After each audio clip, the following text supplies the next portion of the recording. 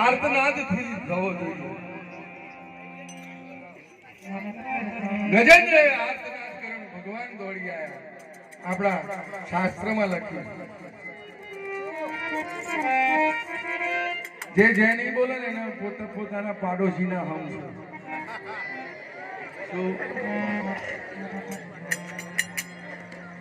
બોલો રામદેવજી મહારાજ. હા, હવે મને લાગે છે કે દૂધ બધું બોઘેડામાં પડી રહ્યું એવું લાગે છે. નગર બધું દૂધ બહાર જતું રહ્યું.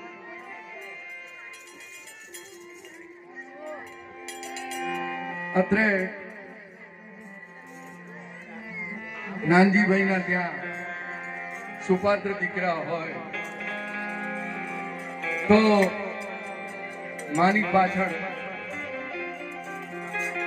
અને બીજા એક બેન છે કાંતાબેન, એમની પાછળ પાલીમાં, માફ કરજો ભાઈ, પાલીમાં કે જેની પાછળ આવો એક સત્સંગનો અને ભજનનો કાર્યક્રમ થાય. કવિ દુલા ગાગે કહ્યું છે, અરે મુખે મારું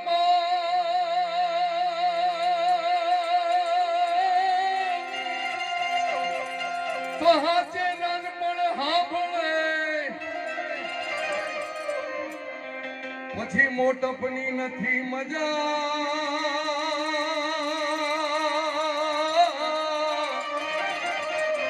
એ મને કડવી લાગે કાગડા, મોઢે બોલું માં, સાગર સમાન જેવો શબ્દ છે માં. અને બા પા, બાપા ખરા પણ કેટલા પા ભાગના. હું તો થોડો સાહિત્યકાર છું ને ભજની કે છું એટલે માફ કરજો.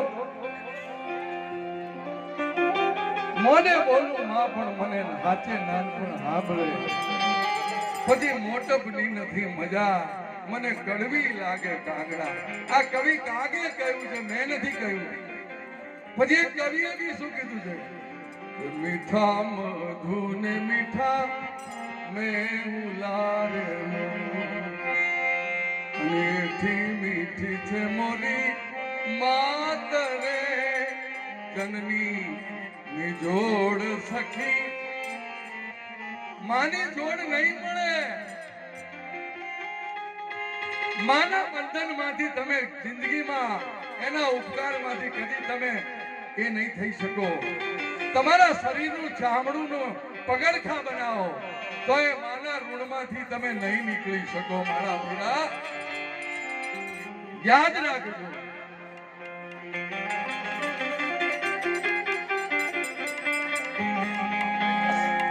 એટલે જનનીની જોડ સખી નહીં જણી. આ પ્રસંગે મને એક વસ્તુ યાદ આવી કે જામનગરના મહારાજા, તેમના ત્યાં એક પ્રભાશંકર માસ્તર. હવે પ્રભાશંકર માસ્તર 100 હવે એ ત્યાં કારભારી હતા. કારભારી જામનગર સ્ટેટનું નામું લખતા હતા પ્રભાશંકર માસ્તર. પણ 105 વર્ષે એમના માતુશ્રી ગુજરી ગયા. વિચાર કરો, 105 વર્ષે. હવે 105 વર્ષે ગુજરી ગયા હોય, એની પાછળ શોક હોય ના હોય, બરોબર?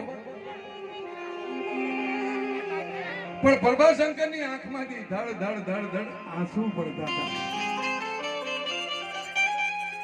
જામનગરનો રાજા કહેવા માંડ્યો, પ્રભાશંકર માં તો 105 વર્ષે ગુજરી ગયા છે, લીલી વાડી જોઈને મરી ગયા છે, અને એની પાછળ તમે આંસુ કેમ મારો છો? તારે પ્રભાશંકરે જવાબ આપ્યો. શું જવાબ આપ્યો ખબર છે? કે જામ સાહેબ, એ મરી ગયા છે, એમના મને આંસુ નથી આવતા. 105 વર્ષે મરી ગયા છે, એના મને આંસુ નથી આવતા. પણ જ્યારે કચેરીમાં હું તમારી સાથે બેઠો અને આપણે જ્યારે કચેરી ભરાઈ હોય ત્યારે 105 વર્ષની મારી માં ડગલા મારતી મારતી હાથમાં લાકડી લઈ અને સભાની વચ્ચે આઈને મને એમ કે પરભા ઊભો થા, ખાવાનું ટાઢું થાય છે. આખી દુનિયા મને પ્રભાશંકર કહીને બોલાવે, પણ એક જ જીવનમાં વ્યક્તિ એવી હતી કે જે મને પ્રભા કહીને બોલાવતી. એ વ્યક્તિ આજે મારા જીવનમાંથી નીકળી ગઈ, જતી રહી, ચાલી ગઈ. એના મને આંસુ આવી રહ્યા છે. પ્રભા શબ્દથી મને ઉચ્ચારણ કરનાર એક જ વ્યક્તિ હતી કે જે આજે નથી. એમ કાગે કહ્યું કે મોઢે મને હાચે નાનપણ સાંભળે. માના ઉપકારમાંથી જિંદગીભર તમે મુક્ત થઈ શકવાના નથી. અને બીજું, હમણાં ભાઈએ ગાયું, હંસલો ચાલ્યો જવાનો એકલો ભજન ગાયું. ત્યાં નથી કોઈનો રે સંગાત. એ કીર્તનના રચયિતા મારા પિતાશ્રી છે. મારા બાપાએ આ ભજન લખેલું છે કે ભક્તિનું, શું કીધું કે ભક્તિનું વાત તમે તો બાંધજો, અને ત્યાં નથી વાણિયા કે હાટ. હંસલો ચાલ્યો જવાનો. આ મારા બાપાએ ખોટું લખ્યું છે, મારી દ્રષ્ટિએ ખોટું લખ્યું. કેમ? દીદી જોડે જીના માટે ટાળ ન જોઈ, તડકો ન જોયો, છોયડો ન જોયો. આખી જિંદગી મહેનત કરી. કે બાયડીને તો કહીએ કે 2-5 દાડા હેડ પછી હારું વળગે તરા રહેજે, નકર પાછી આવજે. પણ આવે ના આવે. એટલે તો બ્રહ્માનંદે ચોખ્ખું કહ્યું કે સ્વાર્થ કા વ્યવહાર જગ में स्वार्थ का व्यवहार, बिना स्वार्थ कोई बात न पूछे, देखा खूब विचार जग में स्वार्थ का व्यवहार. नारी सुंदर वस्त्र आभूषण मागत बारंबार. नारी सुंदर वस्त्र आभूषण मागत बारंबार, जो लाकर घर में नहीं देवे तो मुखड़ा देत बिगाड़. जग में स्वार्थ का व्यवहार કે जिनको जानत मित्र प्यारे सब मतलब के यार. પૈસા છે ને તો સુધી બધા મોહબ્બત કરશે તમારી જોડે. હમણાં જો તમારા પાસે પૈસા હોય તો લોકો અરે આવો આવો આવો આવો શેઠ આવો આવો, પણ જો પૈસા થઈ ને કે જાઓ તો લુખો મૂવો છો. તડકો તમારો ગયો આપણી ચા પી જશે પણ આપણને પાસે નહીં. આ બધા ખેલ તમાશા પૈસે કા.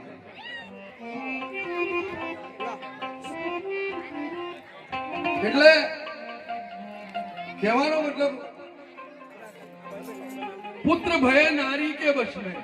બ્રહ્માનંદે શું કીધું? પુત્ર ભય नारी के बस में, होवे न्यारो न्यारो, दे दो अपना भाग बटाकर. छोकरा मोटा થાય એટલે ડોહાન કે હવે ભાગ આલો ને, હવે સૌદી હવે અમારો ભાગ આલો. જગ में स्वार्थ का व्यवहार. આ માલકોસ રાગમાં છે. હું તો બધા રાગધારી ભજનો ગાઉં છું, પણ આજે મારી અલ્પ બુદ્ધિ અનુસાર અંદર બેઠેલો મારો માયલો જે પ્રેરણા કરે અને જે મોજ કરાવે, આ હું નથી બોલતો. તુલસીદાસજીએ ચોખ્ખું લખ્યું છે રામાયણમાં કે સરળ સ્વભાવ. રામાયણમાં ચોખ્ખું લખ્યું છે કે સરળ સ્વભાવ નમન કુટિલાઈ. સરળ સ્વભાવ એ સરળ સ્વભાવ નમન કુટિલાઈ.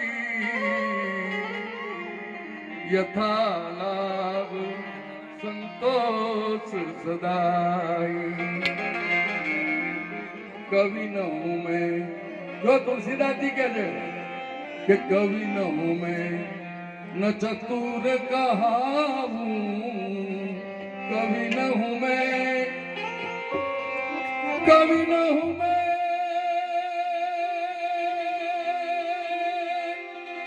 न चतुर गाऊं, मति अनुरूप राम गुण गाऊं। अंदर कोई प्रेरणा करवा वाળો બીજો છે। આઈ એમ રાઇટર। આ હું લખતો નથી। અને તાનો તુલસીદાસ હોય તો કે મેં રામાયણ લખી। તુલસીદાસજી શું કે છે, અંદરથી પ્રેરણા કરવા વાળો કોઈ ઓર છે। એ પ્રેરણા કરે છે ને, હું તો ખાલી મારી પેન જ ચાલે છે। સમજ્યા? તમે જેટલું મારું કહો ને એટલું દુઃખ। એટલે તો નરસિંહ મહેતાએ કહ્યું, તું વલ્યા કોને વળગી રહ્યો, વગર સમજે કહે મારું મારું એ સમરને। શ્રી હરિ મેલ મમતા પરી, અને જોને વિચારીને મૂળ તારું। આ તો આગળીએ બાબા લઈને નીકળ્યા ગામમાં। પછી ક્યાં કનો મારો આ 85 નું મોડલ।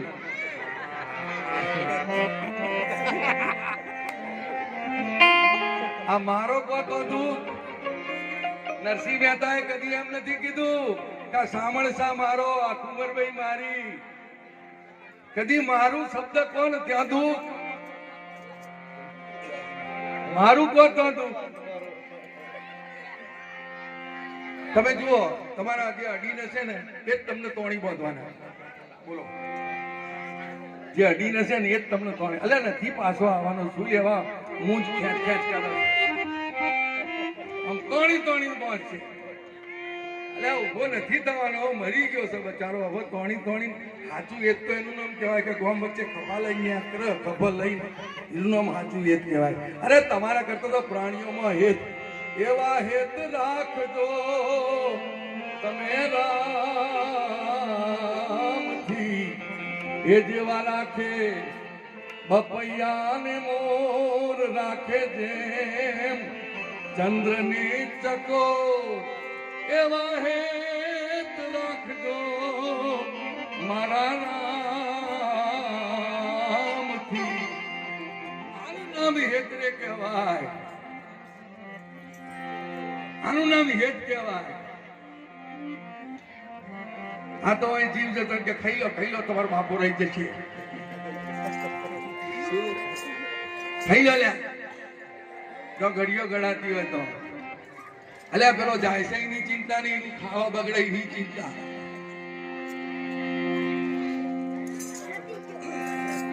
હે તેનું નામ કહેવાય। મેં નારાયણ સ્વામી, કાનદાસ બાપુ જે સંગીતના ભજનના સમ્રાટ, એમના ઘણા પ્રોગ્રામો સાંભળ્યા, એમની ખૂબ જ વાણીઓ સાંભળી। એમના જેવો તો ગુજરાતમાં નારાયણ સ્વામી જેવો અને કાનદાસ બાપુ જેવું ગાવાવાળા એમના ઘણા શિષ્યો છે। આ કરશન સાગઠિયા, જગમાલ બારો, આ નિરંજન પંડ્યા, આ બધા નારાયણ સ્વામીના શિષ્યો છે। પેલા કાનદાસ બાપુના શિષ્યો, આ નારાયણ સ્વામીના શિષ્યો। એટલે મારી પાસે બેહું ને, અને હું જો વાતો કરવા બેહું ને તો 8 દાડા થાય, 8 દાડા સુધી ઉઠો નહીં તમે। એટલી બધું આ મગજમાં મને મારા બાપાનો વારસો એવો મળ્યો છે કે જેની કોઈ સીમા નથી। પરંતુ અહીં આગળ બીજા બધા ઘણા ભજનીકો છે, એટલે એ લોકોને ધ્યાનમાં લઈ અને એક સતાર બાપુનું ભજન એ તમારી આગળ રજૂ કરી, અને પછી બીજા ભક્તોને હું ચાન્સ આપીશ। ઘણાને ગમે, કોઈને ના ગમે ભાઈ, दड़ी पड़ी मैदान में,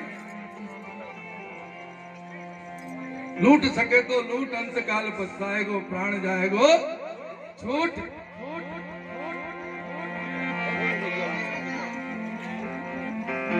એટલે એક સતાર બાપુનું ભજન છે, એના શબ્દો બહુ લાખ રૂપિયાના.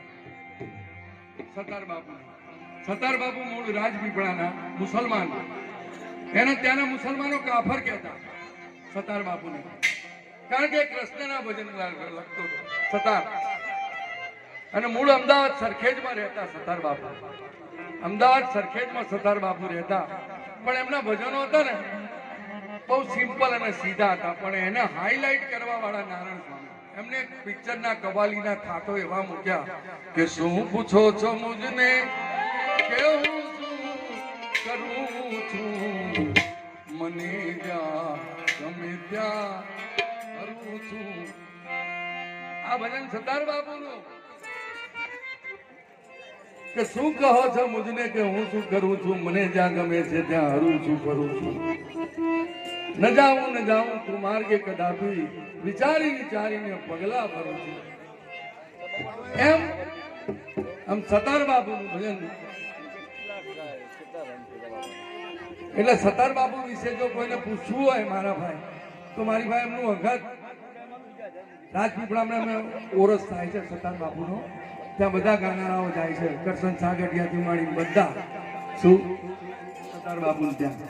અને સતાર બાપુ એમ કીધેલું કે મને મારા ઘરના લીમડા આગળ જ દફનાવજો, પણ ત્યાંના મુસલમાનોએ એમને કબ્રસ્તાનમાં દફનાવ્યા, એમના વિરુદ્ધમાં.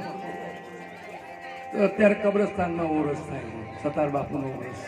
શું પણ હજુ સતાર બાપુ જુઓ, કાજી મોહમ્મદ શાહ જુઓ, જો મુસલમાન ચોખા ને ચાવલ બે એક જ છે, ખાલી વાણીમાં જ ફેર છે. ચોખા કહો કે ચાવલ કહો, આપણે ચોખા કહીએ હિન્દુ, પેલા મુસલમાનો કે ચાવલ, પણ આત્મા તો બધાનો એક જ સરખો છે.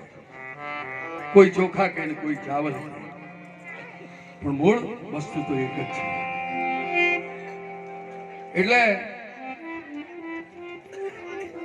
કે મોઘો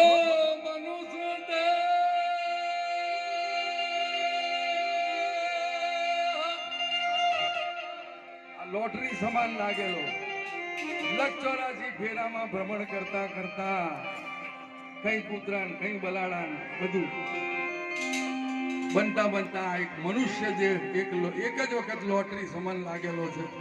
એમાં તમે તમારા દેહનું કૃતાર્થ કરી લો અને ભગવાનની ઝાંખી કરી લો. ભગવાન ક્યાંય નથી, ભગવાન તમારી અંદર બેઠેલો છે, ક્યાંય ડાફેરા મારવાની જરૂર નથી. એટલે કહ્યું કે દુર્લભ માનુષો દેહો દેહી નામ ક્ષણભંગુ. આ કાયાને કેવી કીધી? પરપોટા જેવી, પાણીના પરપોટા જેવી આ કાયા. ક્યારે અને કઈ દશામાં ક્યાં પડી જશે એનું કઈ નક્કી નથી. સુરદાસજીએ બી કહ્યું કે સુરદાસ તેરી કાયા માટી, ધરની પર ગિરત પતંગ જો કાટી. આ કાયાને પતંગ સમાન કહ્યું. नर्तन देह तुझे फिर ना मिलेगी, अब ना बनी तो फिर कब बनेगी.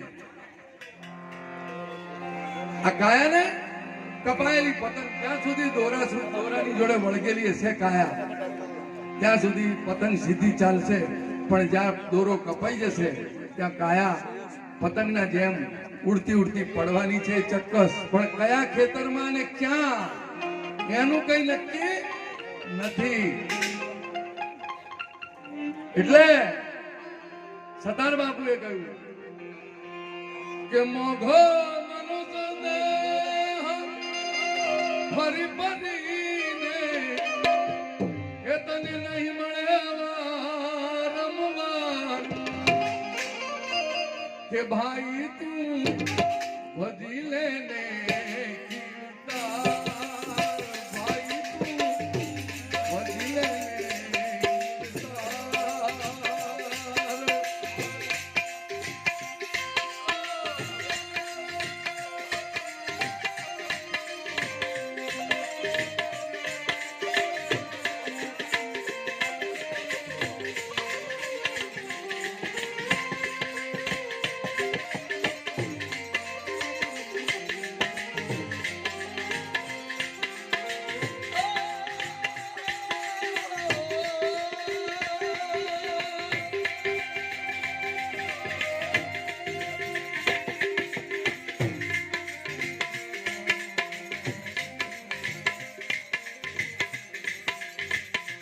ચોથો મનુષ્ય તે ફરી ફરીને નહીં મળે વારંવાર.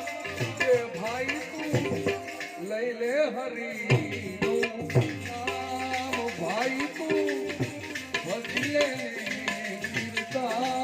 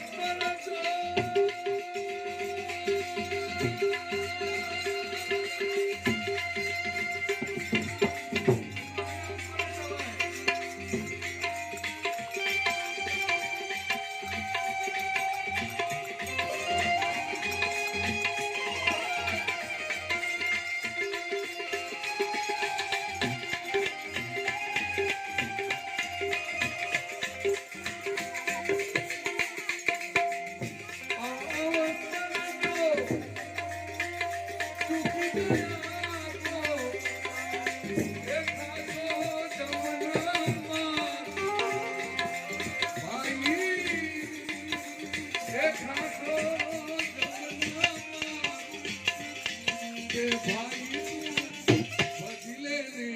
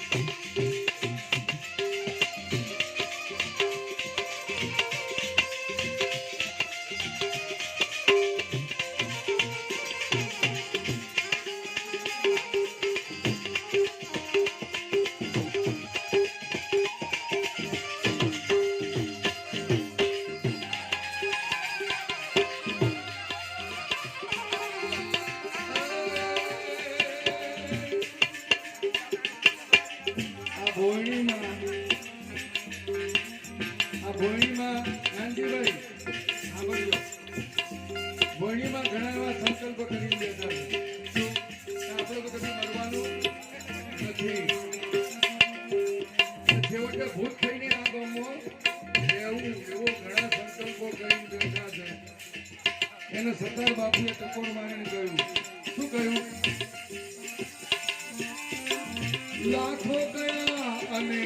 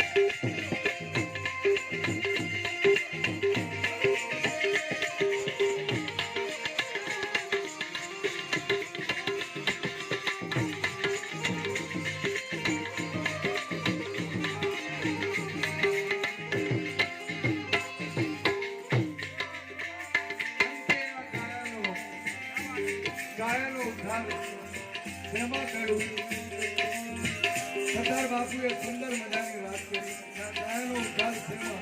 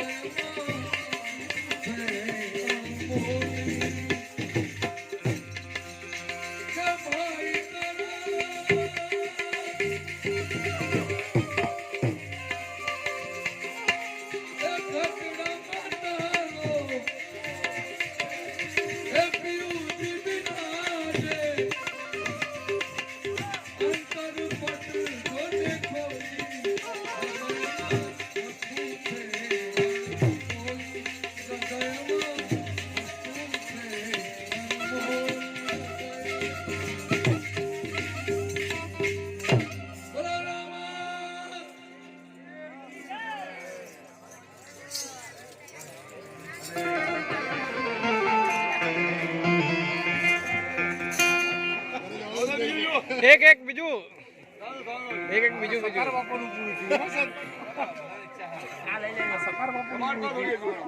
હજુ એક કહેતું એક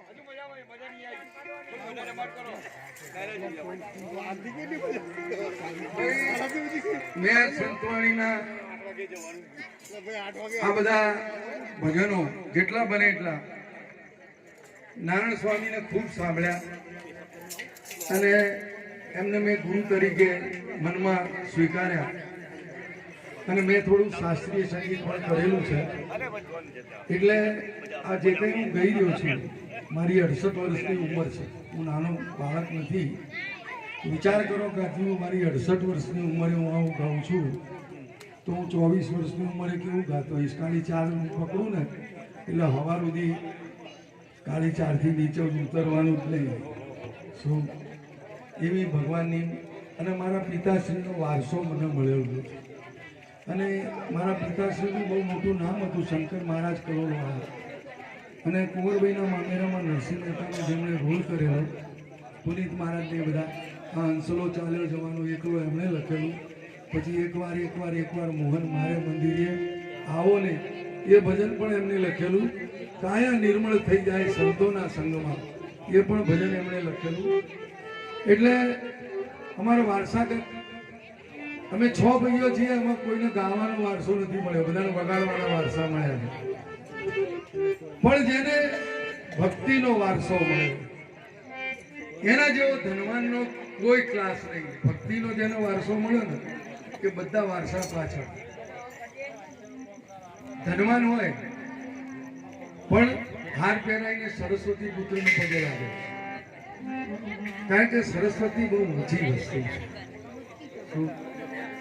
એટલે મારો કહેવાનો મતલબ, મેં 4 પરીક્ષા શાસ્ત્રીય સંગીતની પાસ પણ કરી છે. 20 વર્ષ મેં ઓલ ઇન્ડિયા રેડિયો ઉપર ગાયું, જ્યારે હું ચિમન દંતાણીને અમે બધા જોડે હતા.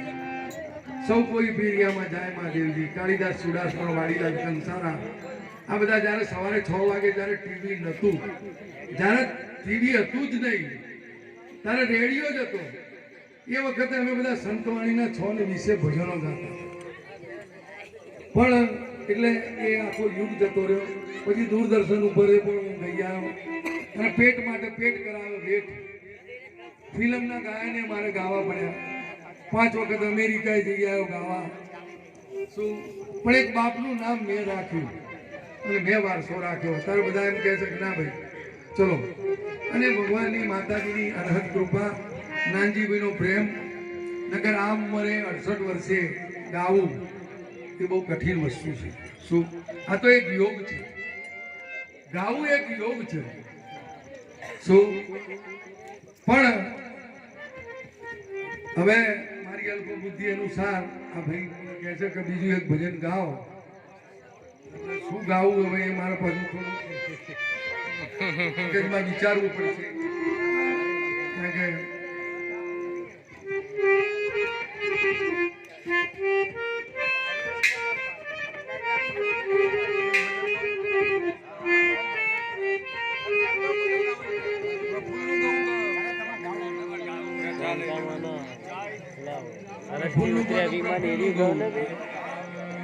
જબરી ઉપર છે. આ બચરા ભૂલી જાય પેલા જબરદસ્ત જબર ઉપર છે.